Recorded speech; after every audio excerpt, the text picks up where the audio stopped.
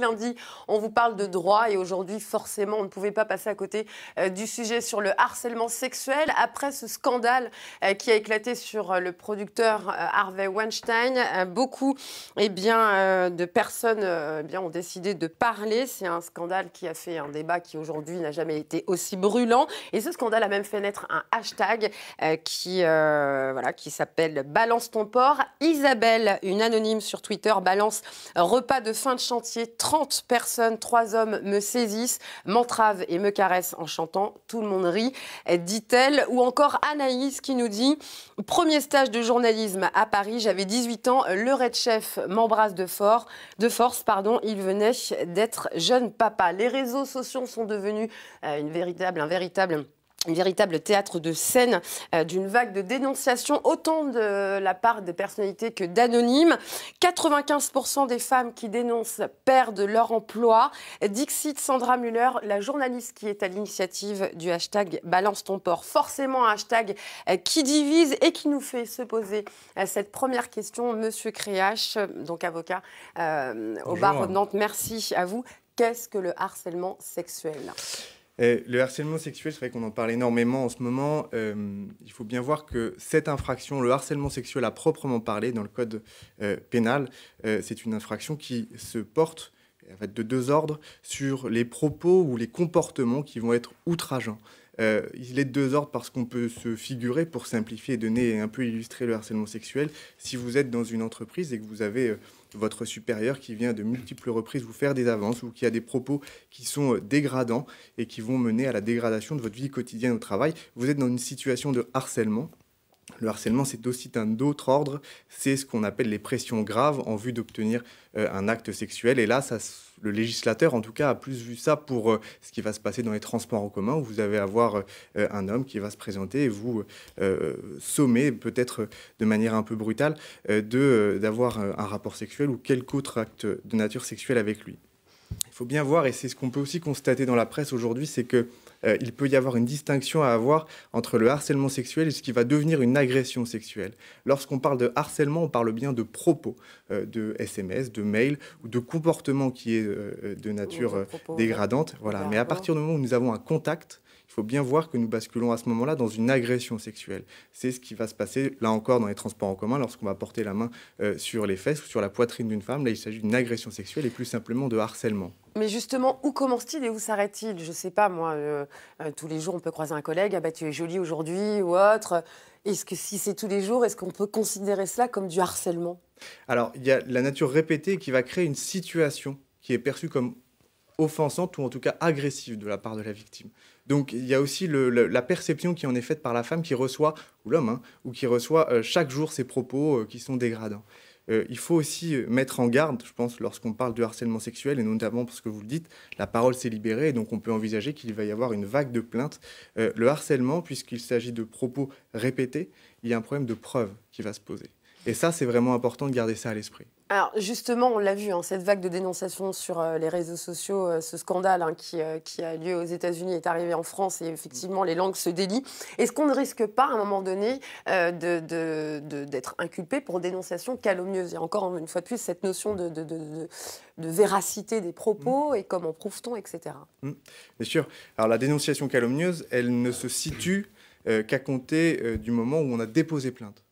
La dénonciation calomnieuse n'existe que si vous avez été déposé plainte auprès du procureur, auprès d'un service de police, ou même si vous en avez fait part à un supérieur hiérarchique en vue de sanctions disciplinaires. À partir de là, vous pouvez basculer dans l'infraction de dénonciation calomnieuse. Tant que nous n'avons pas, donc je résume, tant qu'on n'a pas porté plainte, tant qu'on n'a pas porté l'affaire devant la justice, on peut, entre guillemets, effectivement en parler sur les réseaux sociaux.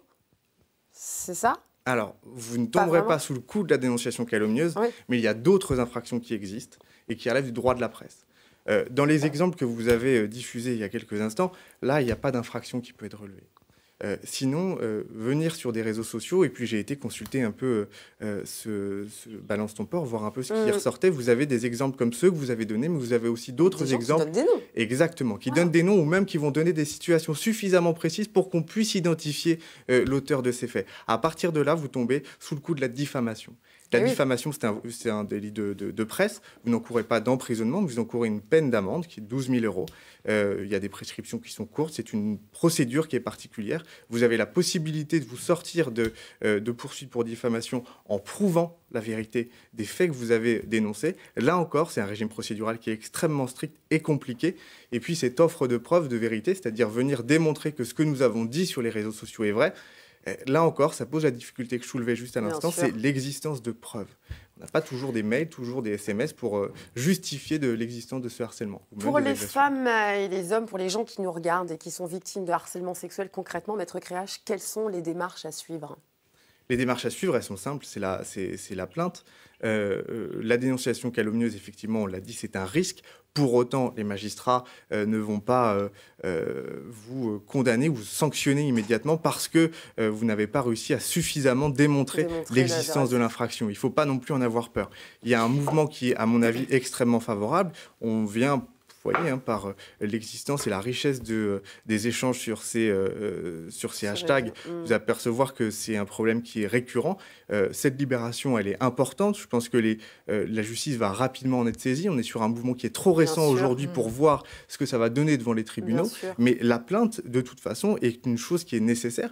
Maintenant, il faut toujours réfléchir à comment on va pouvoir prouver ce qui est dit par les témoignages. Ce qui est toujours assez difficile, mais enfin, il faut aller jusqu'au bout de sa démarche. À l'inverse, pour les harceleurs, quels sont les risques encourus ? Alors, le harcèlement, c'est une peine d'emprisonnement encourue, là encore, encourue, qui est 2 ans d'emprisonnement, qui peut être aggravée, notamment si vous êtes le supérieur hiérarchique. Ça aussi, c'est une cause d'aggravation. Vous passez à 3 ans d'emprisonnement.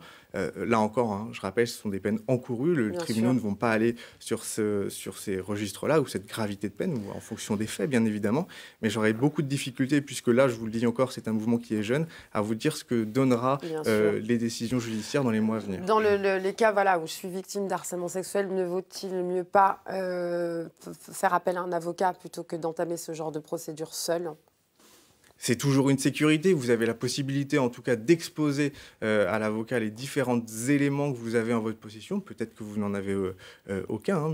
Une agression sexuelle, l'intimité de cette infraction fait que parfois, et bien souvent d'ailleurs, on n'a aucune preuve de ce qu'on va avancer. Pour autant, c'est un accompagnement qui peut être utile. Extrêmement difficile à prouver. Exactement. Et puis, parfois, dans le cabinet d'avocat, dans l'intimité d'un cabinet d'avocat, c'est peut-être aussi plus simple d'exposer ce qu'on a vécu. Parce qu'il faut bien se rendre compte que lorsqu'on passe le seuil d'un commissariat, il y a une froideur qui ne va pas être la même que lorsque vous avez choisi votre interlocuteur. Donc, c'est un accompagnement qui, à mon avis, est utile, effectivement. Maître Créache, merci beaucoup d'avoir répondu à nos questions. Si vous avez été victime d'harcèlement sexuel, n'hésitez pas à parler. Il faut parler. Je pense que on s'accorde tous à dire homme ou femme. D'ailleurs, le harcèlement n'est pas exclusivement féminin. Et voilà, n'hésitez pas à en parler autour de vous et surtout à entamer ce genre de démarche.